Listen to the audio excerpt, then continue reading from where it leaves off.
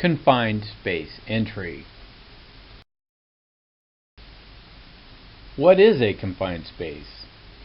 It's big enough for a person, it's got limited access, and it's not designed for continuous human occupancy.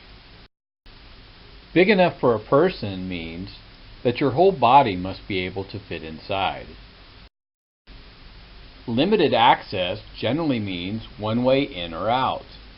ANSI has gone farther to say limited means you need to use your hands to make an escape. In this picture, access is limited as you must use your hands to climb the ladder. Not meant for human occupancy. Examples include air ducts, pipe chases, tanks, and other large containers. Here is a primary basin. Is it big enough for a person? Does it have limited access? Is it meant for continuous human occupancy? This is a confined space. Here is an aeration basin. It's certainly big enough for a person. It's got only one way in or out, and it's not made for human occupancy. However, because access is via a stairway, it is not limited. This is not a confined space. Here we have a wet well. It's big enough for a person, has limited access, and is not made for occupancy. This wet well is a confined space. So you think you have a confined space. What now? Grab this flowchart. It will walk you through the steps to figure out what kind of confined space you have, and most importantly, help you do your confined space entry safely. It starts at the top.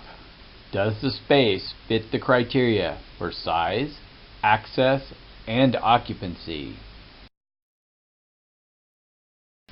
If you answered no to any of the questions, then you are not dealing with a confined space, by definition.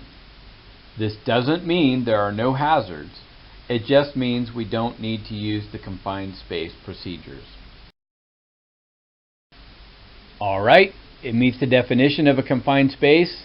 Now let's determine, is it dangerous? Does the space meet any of the following characteristics or hazards for a permit-required confined space? Is there an actual or potential hazardous atmosphere? Potential engulfment hazard? Internal configuration that is capable of entrapment or asphyxiation? Any other recognized serious safety or health hazards?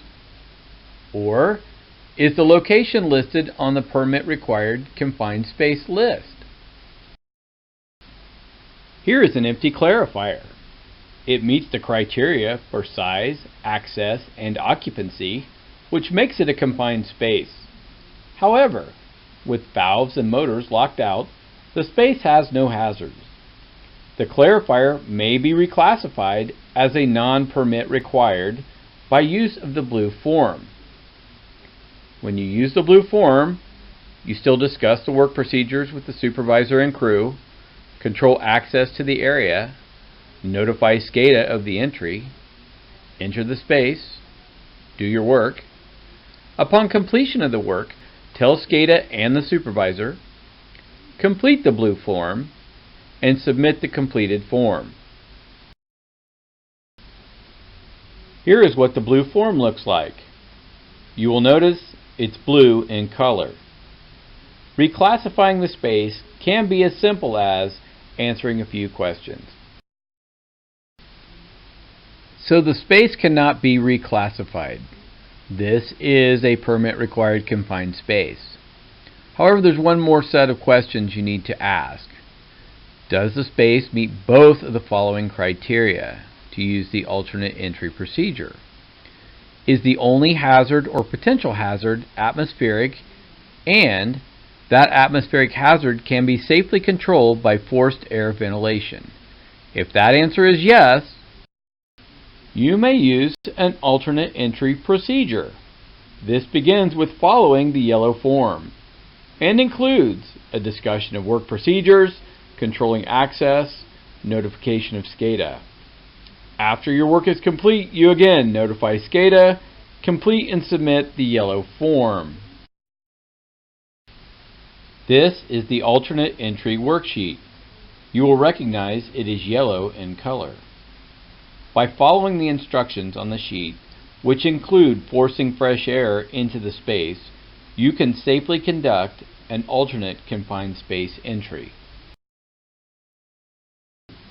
If you answered no on the alternate entry questions, you will need to conduct the full-blown confined space entry.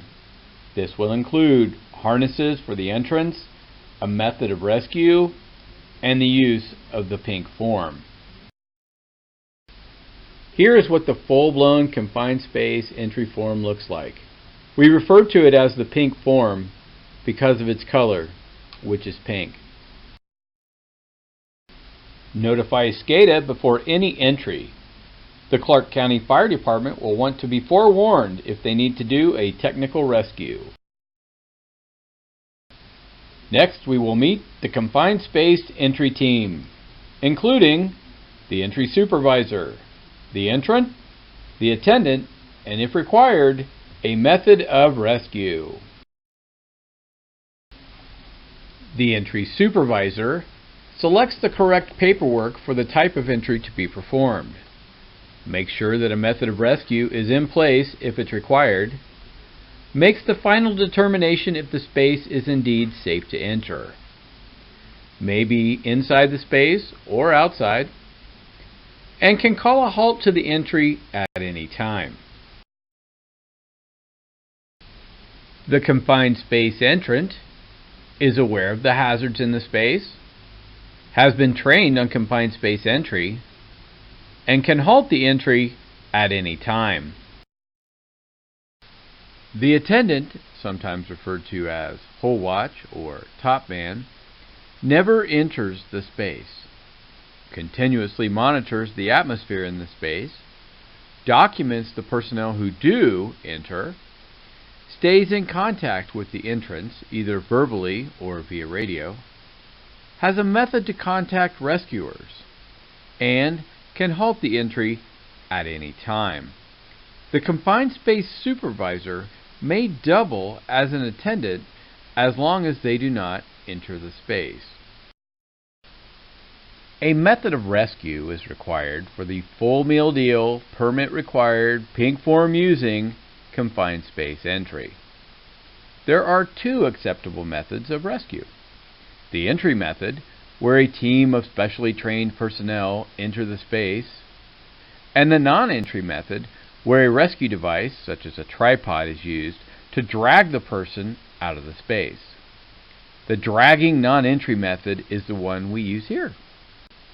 Remember this slide. Most confined space fatalities are poorly trained rescuers. Don't be one of them. Here are some first responders practicing a confined space entry rescue. Let's see if we can identify the confined space roles. Who is the supervisor? Notice he's not wearing safety glasses. Who is the entrant? He looks none too happy about it either. The attendant? Well, by process of elimination, we've figured that out. And the method of rescue? Yes, it's the tripod. Smaller crew this time. Who is the supervisor? I'd say the one that's not hanging upside down. Who is the entrant? I'd say again, whoever that is that's stuffed into the hole. The attendant? The key name of top man will be your clue. The method of rescue? It may require some sort of trouser tugging. Last one, this could get messy. Who is the supervisor? And why is he so unhappy? Who is the entrant? And what kind of PPE is that? A shower curtain? The hole watch? Well, seems to be watching the hole. And a method of rescue does not seem to be required. Now let's look at some hazards that can generally be found in confined spaces and their control measures. Number 1, lack of oxygen. A lack of oxygen can happen when airflow is not enough. To fix it, force more air in and exhaust more air out. Number 2, too much oxygen. This hazard is rare, but once it appears, the chance of fires or explosion is much greater. Number 3, toxic atmosphere. Remaining gas or chemical in a confined space can create a toxic atmosphere. The key to avoiding a toxic atmosphere is adequate exhaust and cleanup. Number 4, hazardous chemical exposure. Hazardous chemical exposure can happen if a lockout-tagout procedure is not implemented. It can also happen when there is still remaining hazardous chemical left inside. Again, make sure the space is clean. Extreme temperature. It can be a very low temperature or a very high temperature. Stop any heating or cooling that impacts the space. Number 6, fire and explosion.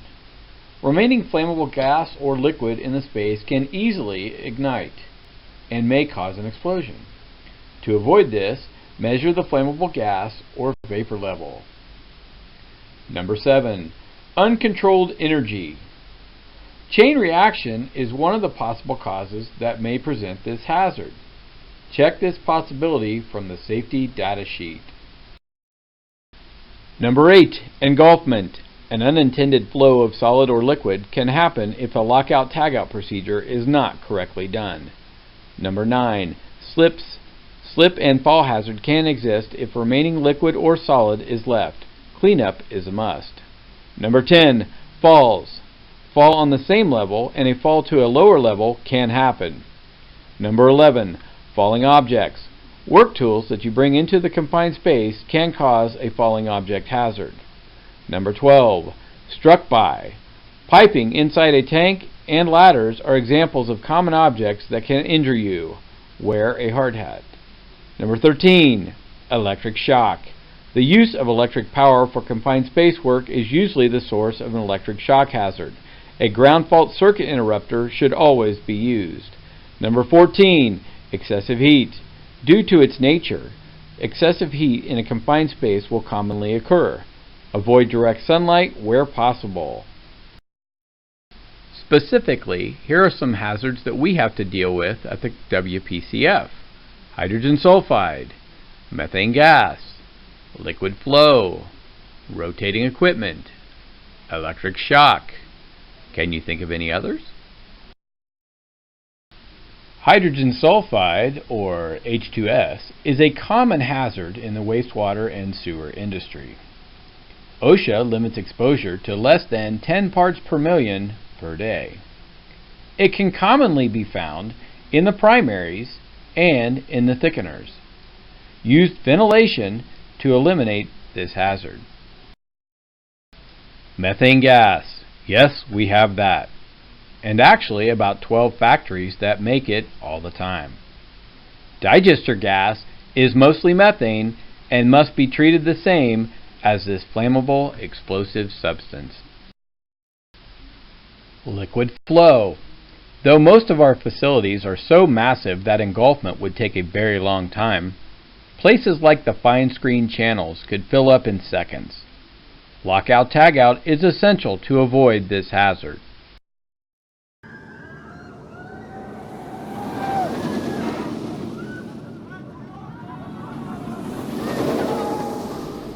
Our confined space rotating equipment hazards are thankfully very slow moving.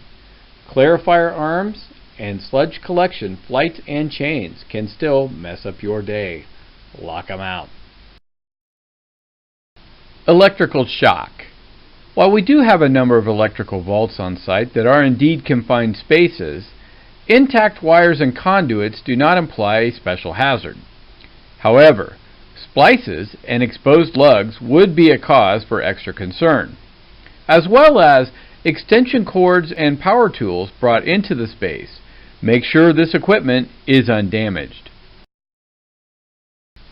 Can you think of any other confined space hazards that you may see here? Spiders? Other critters? Take your time when planning your confined space entry. And summary. A confined space is big enough for a person to fit into, has limited access, and is not designed for continuous human occupancy. ANSI suggests that a space has limited access if it requires the use of your hands to exit. The confined space flowchart will assist you in picking out the correct type of entry. A confined space with no hazards can be reclassified as non-permit required. A permit-required space with only atmospheric hazards that can be eliminated by forced air ventilation may be entered using the alternate entry method. A full-blown permit-required confined space entry requires a method of rescue be in place before entry begins. The confined space supervisor selects the entry paperwork, coordinates the method of rescue, determines if the space is safe to enter, and may halt the entry at any time. The confined space entrant is aware of the hazards, has been trained, can halt the entry at any time. The attendant never enters the space, continuously monitors the space, documents the entrance, stays in constant communication with the entrance, has a means to summon help, and can halt the entry at any time. Most confined space fatalities are poorly trained rescuers. This presentation deals with hot work at the WPCF. Hot work on the plant will be completed in accordance with the FM Global Hot Work Permit, subject to continuous gas monitoring, and prohibited inside the red boundary. Definitions. Red boundary is an area encompassing the gas system plus 10 feet, designated by a red line. Continuous gas monitoring. Non-stop surveillance of the ambient air for the explosive limits for methane and hydrogen sulfide. Hot work. Work involving open flames or producing heat and/or sparks. Speaking of flammable materials, it is important to know that we have a system here on site that produces, scrubs, compresses, and utilizes digester gas. It is highly flammable and must always be taken into consideration while working on the plant. We have implemented a red boundary to indicate areas that make up the gas system.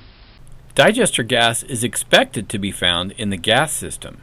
However, we have discovered that flammable gas can be found in other areas that contain water and organic material. The following 3 stories are a hot work cautionary tale.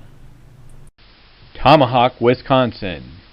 3 workers were killed in an explosion at a manufacturing facility while they were welding on a temporary metal clamp to stabilize a damaged flange connection. The flange was located on top of an 80-foot tall storage tank that contained recycled water and fiber waste. Facility personnel were unaware of the potential presence of flammable gas from the decomposition of the organic material in the tank, and combustible gas monitoring was not typically required or performed prior to starting work. The CSB analysis of the tank contents determined that anaerobic bacteria had multiplied inside the tank and water recycle system over time, feeding on organic waste material. The bacteria likely produced hydrogen, a highly flammable gas, which ignited during the welding. The CSB found, at the time of the incident, supervisors and workers were unaware of the risk of flammable gas production from anaerobic bacteria growth. Moss Point, Mississippi, where a tank explosion on July 28, 2014, killed a contract worker and severely injured another. Inspectors found that the incident occurred during hot work on or near a tank containing 8 inches of a slurry of water and fish matter known as stick water. The explosion blew the lid off the 30-foot high tank, fatally injuring a contract worker who was on top of the tank. A second contract worker on the tank was severely injured. Chemical Safety Board investigators commissioned laboratory testing of the stick water and found telltale signs of microbial activity in the samples, such as the presence of volatile fatty acids in the liquid samples and off-gassing of flammable methane and hydrogen sulfide. The stick water inside the storage tank had been thought to be non-hazardous. No combustible gas testing was done on the contents of the tank before the hot work commenced. Kansas City, Missouri, January 3, 2018.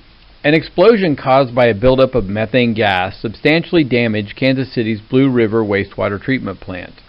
Measurable amounts of methane gas had previously been found inside this building, and a gas-fired heater is the suspected ignition source.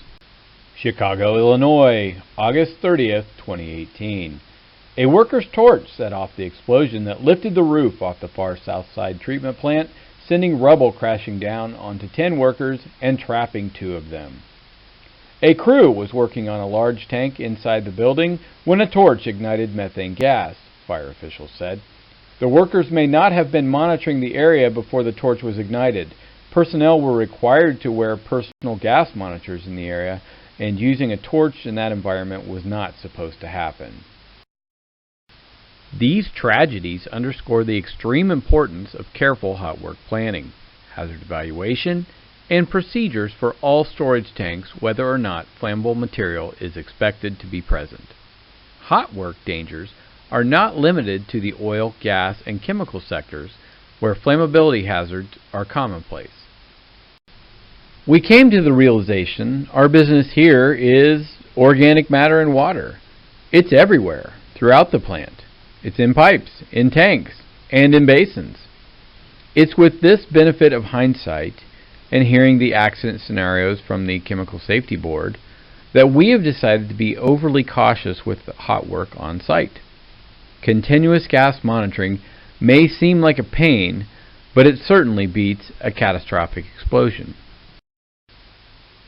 Put another way, hot work at the WPCF is kind of a big deal.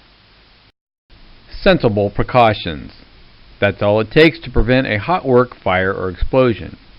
Yet every year, hot work is among the top causes of fires and explosions at industrial facilities. The goal of every hot work program should be to prevent hot work ignition sources from coming into contact with combustible and flammable material. When such a program is conducted properly, hot work incidents can be prevented. Prior to requesting a hot work permit, consider the alternatives. Use a cold work method. Manual hydraulic shears versus saw or torch cutting. Mechanical bolting instead of welding. Screwed or flange pipe versus sweat soldering. A reciprocating saw instead of a radial saw. Mechanical pipe cutting versus torch or radial saw cutting.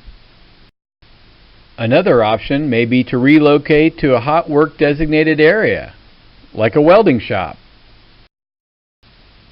As a last resort, you can request a hot work permit. When using a hot work permit, protect the facility by removing or isolating combustible, flammable material from the hot work area, confining hot work ignition sources within the hot work area, protecting the hot work area with automatic and manual fire protection systems and equipment, and supervising the hot work area during work and following work completion. Time to break out that combustible gas meter. Continuous monitoring starts before the hot work begins. Required precautions. Verify the hot work equipment is operable and properly arranged. Also, verify your PPE is serviceable and properly worn. Check that the control valves for the sprinkler system are open. Verify that there are no active or planned fire protection system impairments near the hot work area during the work or during the post-work fire watch and fire monitoring periods.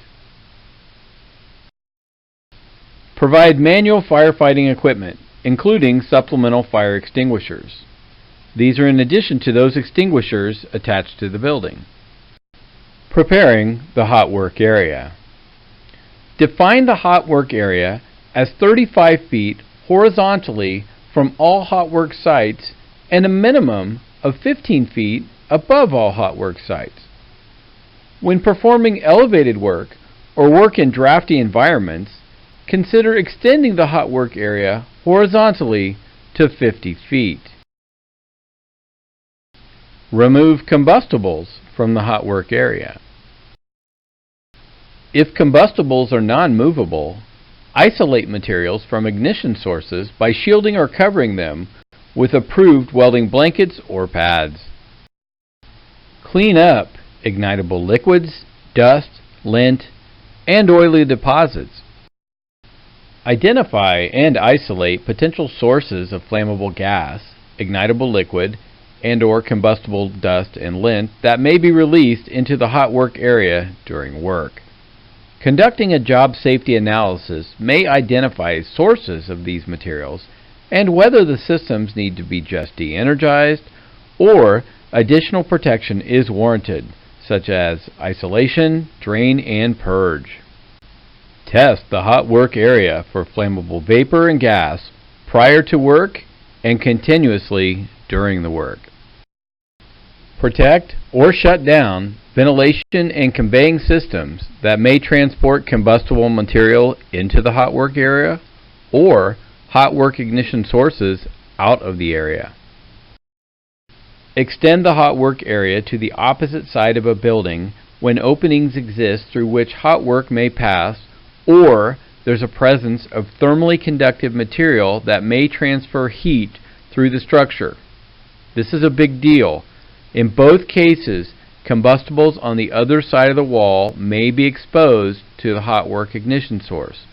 What I am saying is, even though your meter reads 0 at the place you're conducting hot work, what is the meter reading on the other side of that wall if the heat may transfer through it?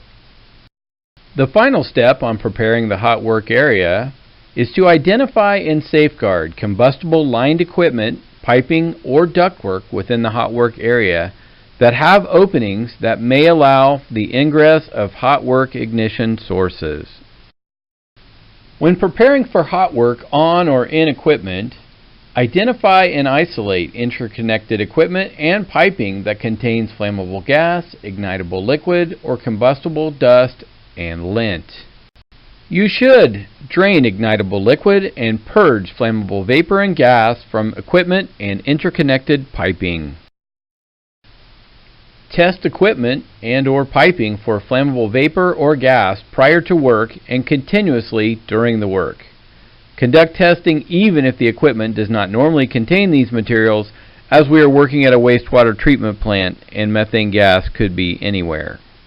Remove combustible debris, dust, lint, and residues from the equipment and interconnected piping. Also, while we're looking at this picture, clean your dryer vent at home. Dryer lint is the #1 cause of residential fires.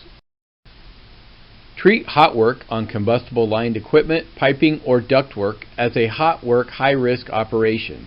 Again, consider using alternative cold work methods. Or flood equipment with water or continuously wet down the interior during work and post-work. Identify access ports upstream and downstream of the work site and lay out firefighting hose. Or isolate equipment upstream and downstream of a hot work site using a non-thermally conductive material for a blank. Fire watch and monitor of the hot work area. During work, perform a continuous fire watch over the hot work area. Extend from the start to the end of the work uninterrupted. If needed, the fire watch responsibilities should be passed temporarily or permanently if the initial fire watch needs to leave the area. Ensure hot work ignition sources remain in the defined hot work area. Maintain the required precautions listed on the hot work permit. Notify emergency contacts prior to attempting to extinguish any fire. The fire watch has the responsibility to stop all work if unsafe conditions are identified, and then should contact the permit authorizer. Fire watch must be continuous during the hot work activity. Fire watch will continue for another hour after the hot work is completed. Periodic fire monitoring will continue for 3 hours after the fire watch has ended. Now that we have all the pieces in place, we're ready to issue the hot work permit. The hot work permit is a two-part form that helps establish the hot work plan prior to the start of work and tracks each step during work and post-work. Part 1 of the hot work permit should be posted in a central visible location within the facility to alert personnel of an active hot work permit.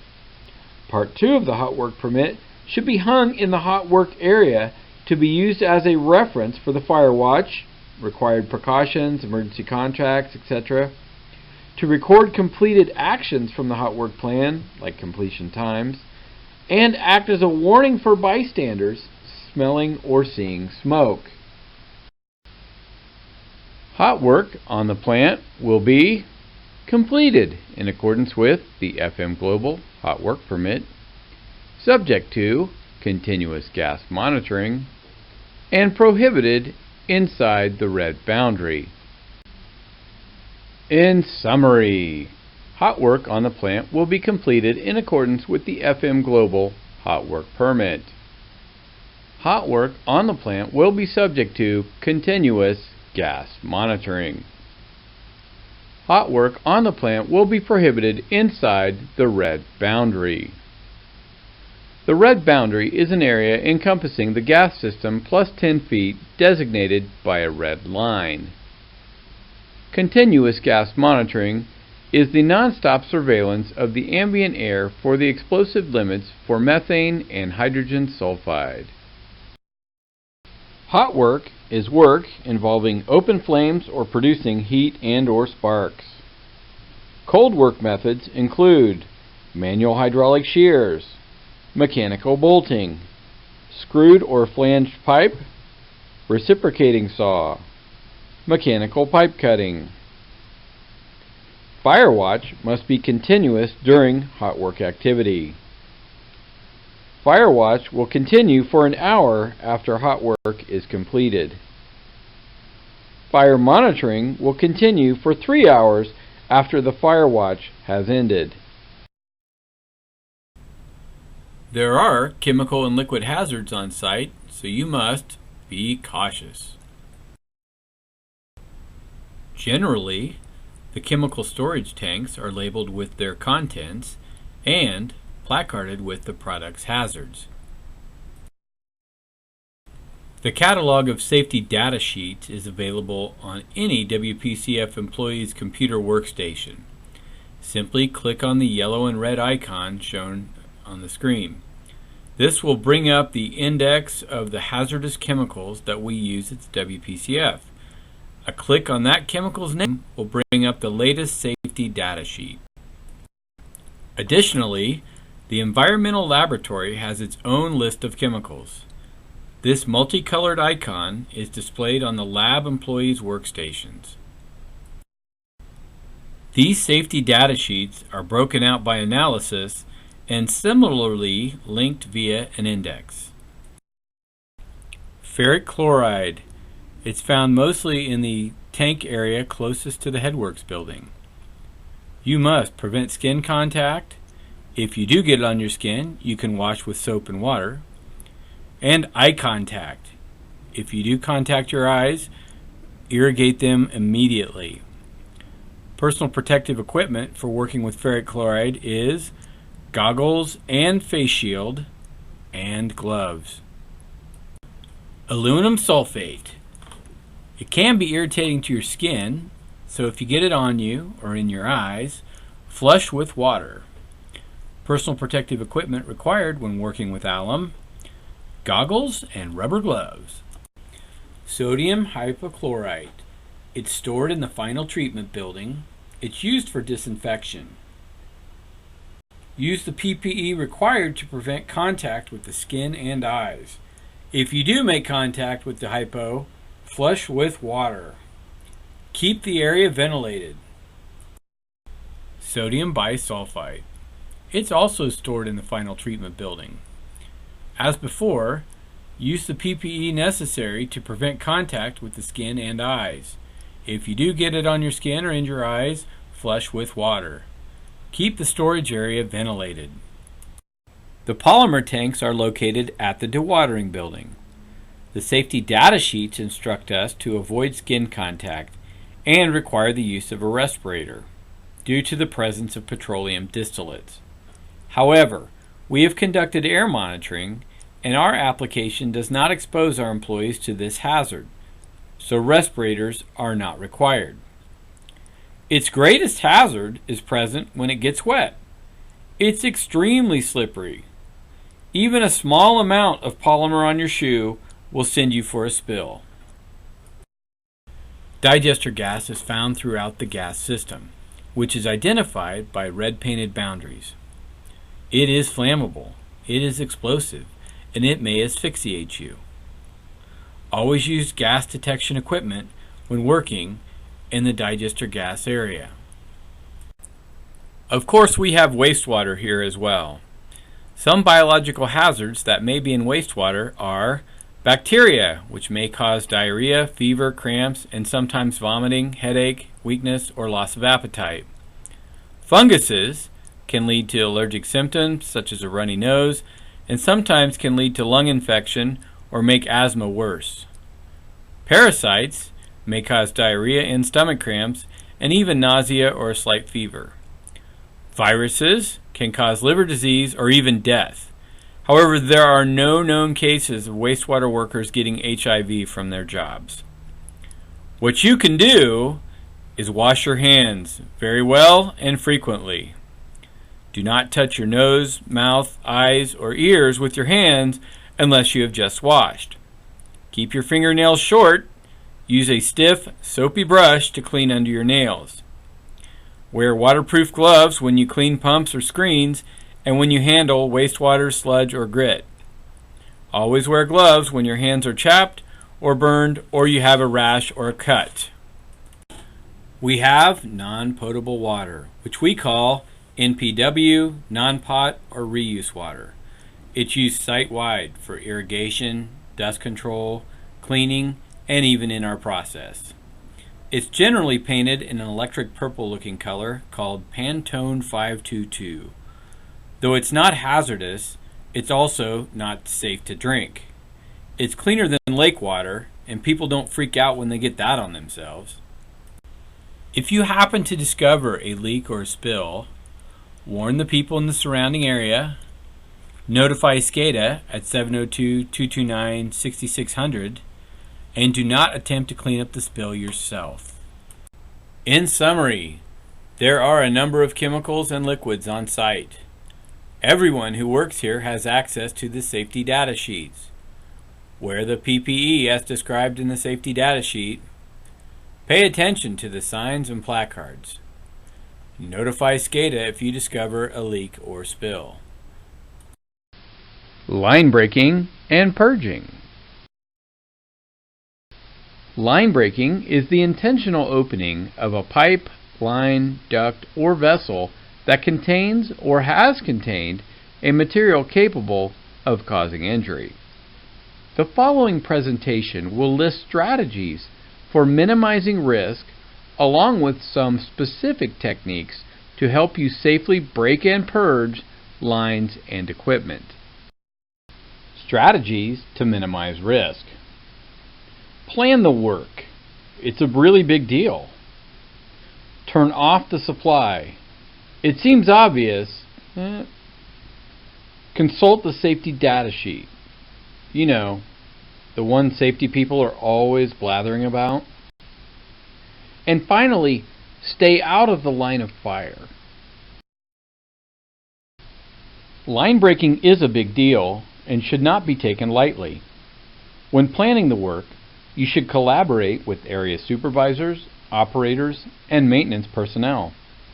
This is also an excellent opportunity for you to put your safety person on the spot and see what ideas they can bring to the table. Explore multiple scenarios and plan for the worst. This is no place for I thinks. You need certainty. Turn off the supply, of course. But are you certain the valve is not leaking by? Can you shut 2 valves? What about common vents and drains? Can they be isolated as well? Consult the safety data sheet. Specifically, you should be looking at Section 6, Accidental Release Measures, Section 7, Handling and Storage, and Section 8, Exposure Controls and Personal Protection. These sections spell out important precautions for the product itself and the person working with it. Stay out of the line of fire. This means positioning your body in such a way so that when that worst case scenario event that you plan for happens, you will not suffer the effects of it. Will the line break release stored energy? Was the line pressurized? Or maybe it's simply full and 500 feet of sludge pipe is about to gravity feed into your pump room. Is gas building up in a dead-end line? Are there striking hazards from falling components or tools? Will the pipe shift when it comes loose, creating a hand or a crushing hazard? Consider these things before the break and keep yourself out of the line of fire. Next, we'll look at some specific ways to minimize the risk.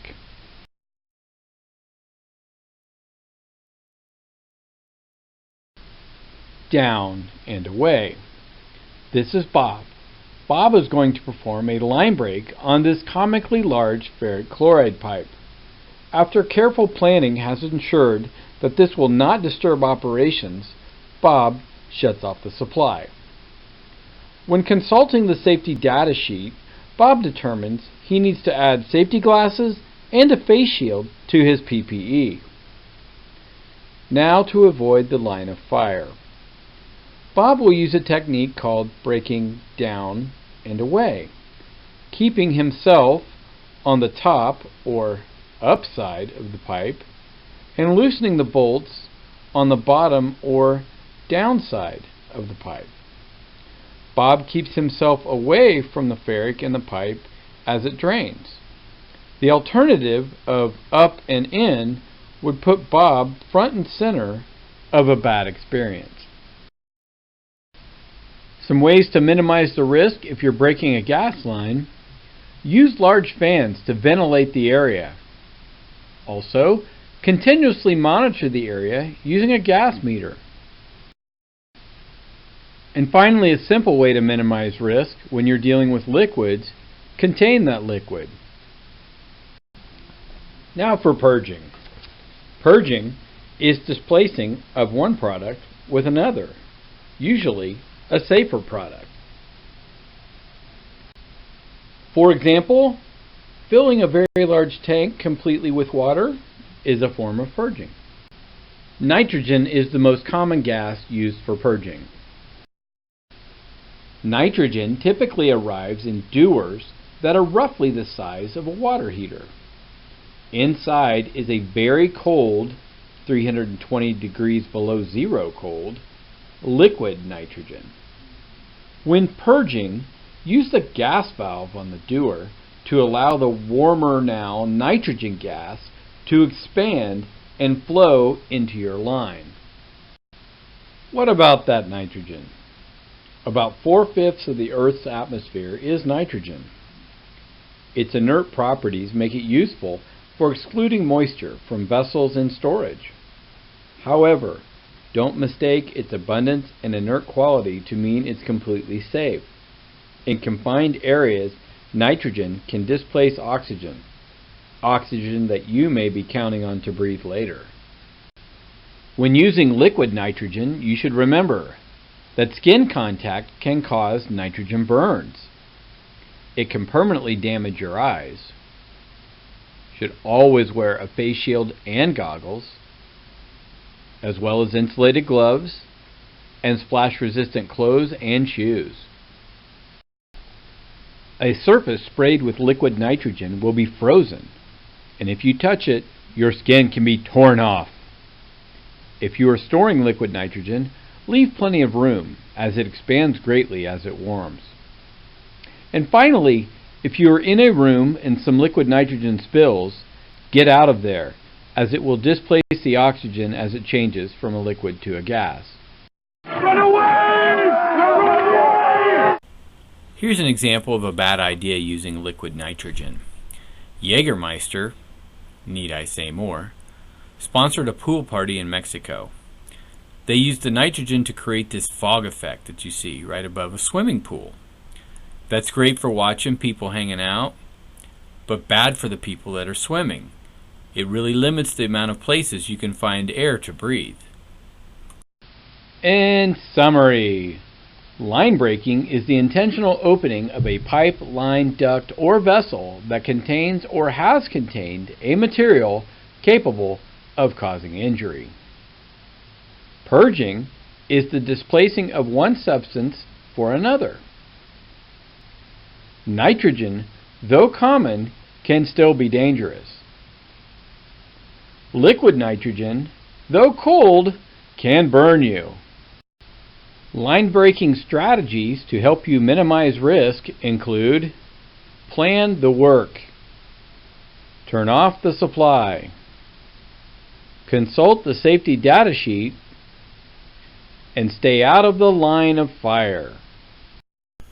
Hello and welcome to our presentation on the changes to the Lockout Tagout program. After hearing some safety concerns about our old Lockout Tagout regime, we decided to implement some changes to address these safety concerns. We've made some changes to the procedure, as well as some new terminology associated with our Lockout Tagout program. We now have made changes to the energy control log and who controls that. We're going to use real danger tags, and we've implemented some new forms to control lock cutting. Some key changes to the Lockout Tagout program are really what is the lockout here at the WPCF, and who the lockout holder is. A lockout is essentially permission for others to perform maintenance or inspection after equipment has been isolated from hazardous energy sources and rendered inoperative. And a lockout holder from now on will be operations, as operations owns all the equipment and grants permission for others to manipulate, inspect, or repair equipment. A lockout device is a device applied to an energy isolation device capable of accepting multiple padlocks. It should be durable, survive in outdoor environments, and be constructed to be substantial enough to prevent removal without excessive force or unusual techniques. As it was before, a lockout tagout incident is just simply any lockout tagout error that jeopardizes personnel or equipment. A danger tag shall be applied to every lockout in the field along with an operations lock. At a minimum, it should say on it who requested the lockout, what equipment is it locking out, and a work order number if possible. This will help us track this information in the field as well as the energy control log. Let's talk about the energy control log, which used to be located in the SCADA. The responder will now tote this around, along with all the other active lockout tagouts. You can find the form under Addendum Alpha in the Lockout Tagout revision. You just need to record some basic data on this sheet, such as who's performing the lotto and when, who's requesting the lotto, expected duration of the work, equipment to be isolated, description of the work to be performed, isolating devices such as valves, breakers, switches, etc., and the work order number to help us better track lottos. An energy isolating device is what you would expect it to be, such as a valve or a switch or a breaker. Hazardous energy sources are electricity, high pressure, high temperature, any energy source or potential energy source that could cause harm to personnel. One of the new changes will be the definition of padlocks. Isolation padlocks are what operations will be using to lock out devices. Operations will have a common set key-to-like padlock to apply to energy isolating devices, whereas your personal padlock, what you're used to using, will be added in addition to the isolation padlock provided by operations. Operations will lock out, and you will follow with your personal padlock. Responder or designee. Essentially, these are personnel identified by the plant O&M manager or supervisor who are capable of performing lockouts. If you are responder qualified, you are able to perform lockouts. You'll use a tagout only when the energy isolating device cannot accept a lockout, like a switch. Temporary release of lockout for testing is pretty self-explanatory. This may be granted by SCADA and the responder on a specific piece of equipment when you need to temporarily take it out of LOTO for testing. So you want to perform a LOTO here at the WPCF, or maybe even ask for one. What needs to happen? Well, first you need to be trained on the current energy control procedure. The reason why we're going over this is because we need to retrain in the event of any changes to the energy control procedure. Familiarity with compliance merely means that please don't violate any lockout tagouts. If there's an energy isolating device, please call a responder and have it removed. When equipment is replaced, modified, or new equipment is installed, that new equipment must be capable of accepting a lockout device. Understand that danger tags, padlocks, shall never be bypassed. Let's talk about authority and responsibility. The authority to grant or deny requests for equipment lockout and or release is maintained on the whiteboard outside the O&M manager's office.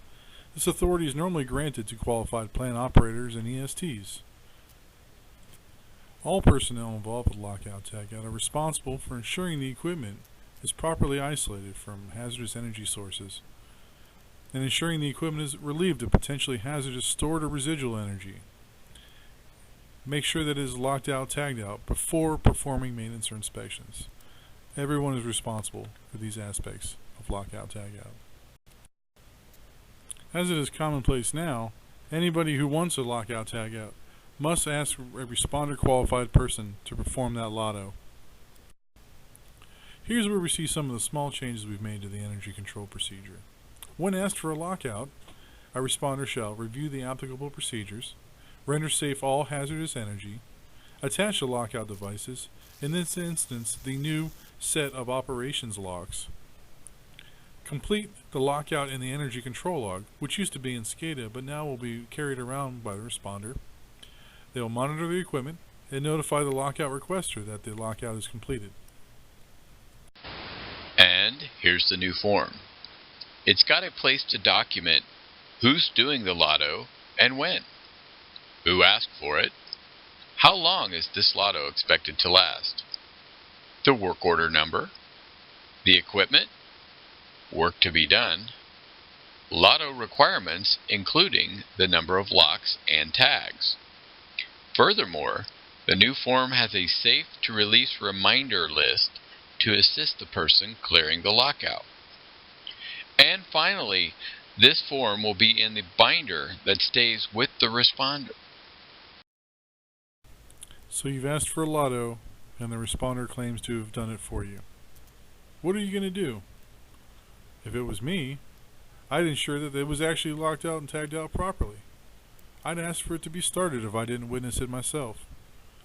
Once I'm satisfied, I would attach my personal padlock and continue to monitor the equipment to ensure that it is de-energized.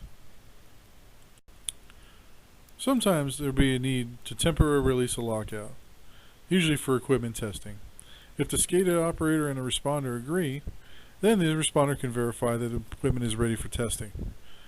They'll do this by verifying that the employees have removed their personal padlocks and that the equipment can be aligned for testing safely. Once the LOTO is removed and testing is complete, the responder shall notify all affected personnel and decide to return the equipment to a lockout tagout state or close the lockout. Your work is completed and the equipment is ready to return to service.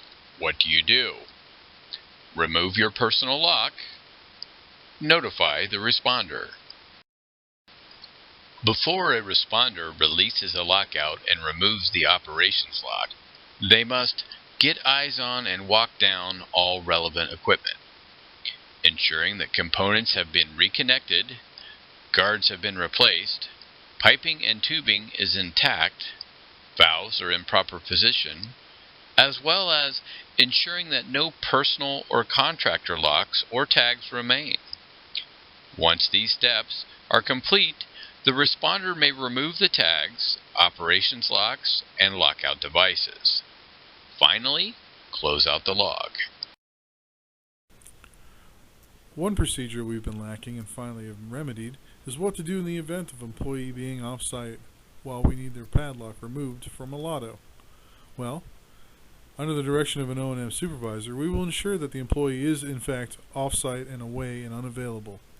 We'll make all reasonable efforts to contact them via their cell phone on record, or we email them and their associated supervisor to verify that they are unavailable to return to site in a timely manner to clear the lotto. Then we'll fill out a fun new form, Addendum B. This is simply a notification form that someone's lock has been cut while they are away, and that they will know, once upon returning to work, that one of their lockout devices is no longer active in the field. In the rare circumstance that a lotto must be released before a piece of equipment is operationally intact, an O&M supervisor must be notified and approve of the lotto release, and must ensure that it is in a safe state before releasing the lotto. Locking out equipment for contractors is the same as locking it out for anybody here at the WPCF. Please follow the same rules in the energy control procedure. Plant O&M supervisors will annually review the energy control procedure and perform periodic inspections in the field to ensure the lockout-tagout program is still relevant and being used properly by all personnel. Understand that lockout-tagout incidents are serious, and willful violation of these policies and procedures may result in disciplinary action. Changes to the energy control procedure shall be approved by plant O&M supervisor and the safety and health officer. Understand that these changes were brought about by you, people who were concerned about the current state of the energy control procedure and wanted change. First, I'd like to thank all those who lent their voices in changing our energy control program. Many of you have helped review and provide suggestions to make our lockout-tagout program more in line with industry norm. Most of the changes revolve around operations and the way they handle lockout-tagout.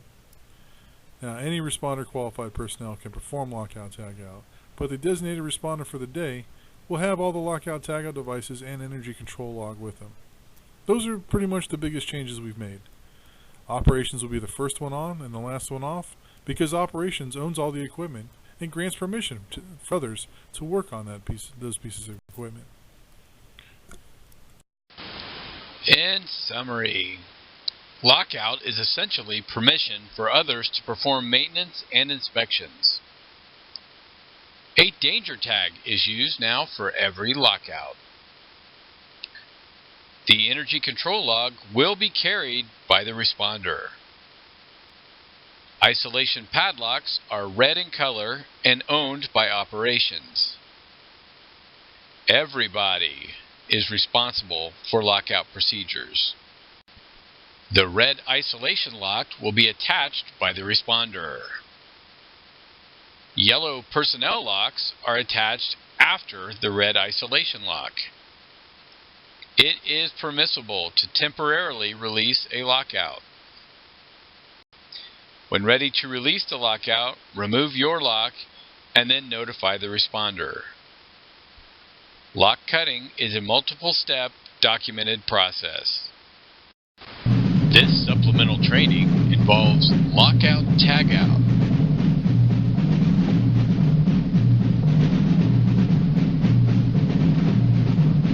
Specifically, lockout-tagout examples. We will begin with completing the lotto tracking sheet. Starting off, who is the qualified person performing the lockout? This is typically the responder. What is the date? Who asked for the lotto? How long will the lotto be in effect? Use a circle to indicate if it's expected to last for the shift or longer. If it's longer, fill in an estimate of just how long. We are work order driven. What work order is driving this lotto? And here is where we list what equipment is being locked out, along with a brief description of the work to be performed. This section allows for an at-a-glance inventory of where the main locks were placed, any additional locks, a summation of the total number of locks used, as well as the number of tags hung. This section is for closeout and returning equipment to service. It includes this handy checklist with questions like, is it safe to release? Have I walked down the equipment? Has it been reconnected electrically? Have the guards and covers been put back? Is the piping intact? Are the valves in the correct position for startup? Only after these questions have been answered do we take credit for clearing the lotto and finalizing with the date. Of course, no good form would be complete without a place to make notes that may be relevant to the team. The more you know, the more we grow.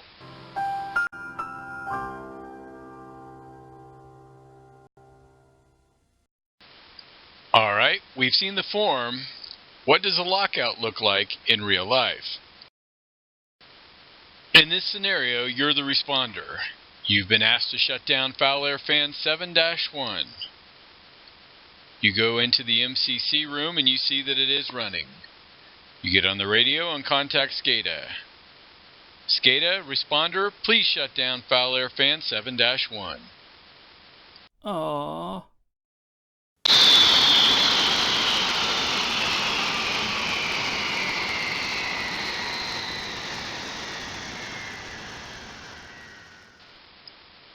Foul air fan 7-1 has now been shut down. Turn the HOA switch to the off position. And finally, switch off the breaker. Place a hasp on the breaker lever. Attach a red operations lock and an informational tag to the hasp. The last step is to radio SCADA and ask for them to try and start 7-1 remotely. Once you have confirmed with SCADA that 7-1 is truly disabled, the maintenance team can attach their personal locks and complete their assigned tasks. Leroy Dragons! Of course, we can't ignore the paperwork. Here is what the energy control log looks like for locking out foul air fan 7-1 for a quarterly PM.